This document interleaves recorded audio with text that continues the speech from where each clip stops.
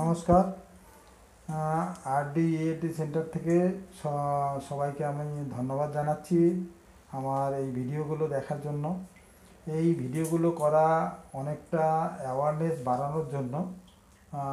কারো কোনো সমস্যা হলে ইএনটি নিয়ে বিশেষ করে তিনি কীরকমভাবে চিকিৎসা করবেন বা কি করতে হয় সেটাই মূলত বলার জন্য।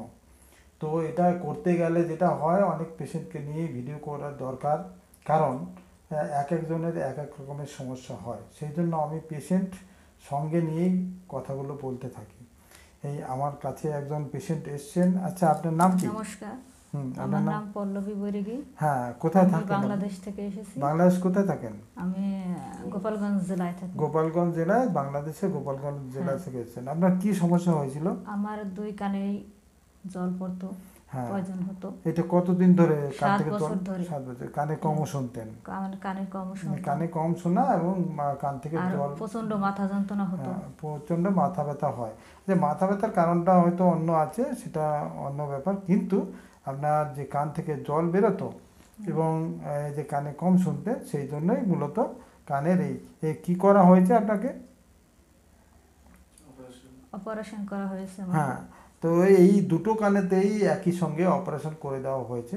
ওনার দুটো কানের পর্দায় ছিদ্র ছিল, সেটা অপারেশন করা হয়েছে। একই সাথে অপারেশন করা হয়েছে, তাতে করে ওনার এই 7 দিনের জন্য একটু সমস্যা বেশি হবে, তারপরে আর এখন কিন্তু সমস্যা হবে না। তো সমস্যা হবে না এই কারণে যে এখন ব্যান্ডেজ খোলা হলো, স্টিচ রিমুভ হয়ে গেল। এইবার উনি কিন্তু কানে অনেকটা ভালো শুনবেন। উনি আজকে আমি টিউনিং ফর টেস্ট করে দেখেছি, উনি ভালোই শুনছেন। কিন্তু এখনই আমরা পুরো উনি শুনতে পাবেন না, কারণ জেল ফর্ম রয়েছে ভেতরে।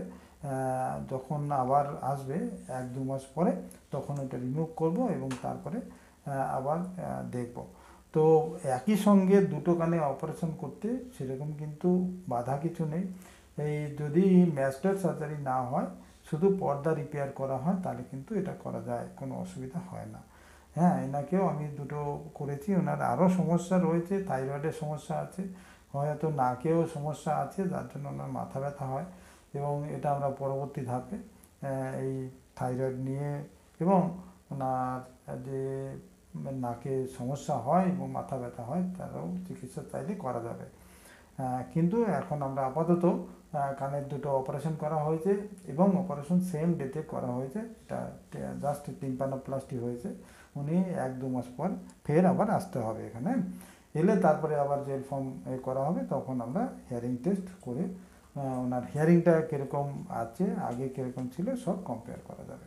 এবং এখানে আমি যে পর্দার কথা বারবার সবাই বলে, এখানে একটু অন্য রকমের পর্দা লাগানো হয়, যে পর্দা একটু স্ট্রেংথ বেশি থাকে এবং মিড লেয়ার ভলিউমটা বাড়ানো হয়, যাতে করে শোনাটা অনেক বেটার হয়। হ্যাঁ, ওনার ক্ষেত্রেও তাই করা হচ্ছে দুটো কানেতেই। ওনার পর্দার কিছুই ছিল না, সেই জন্য 3 ফ্ল্যাপ করে সেই পর্দা বসানো হয়েছে এবং কোনো অসুবিধা কিছু হয়নি সে অপারেশনের সময়।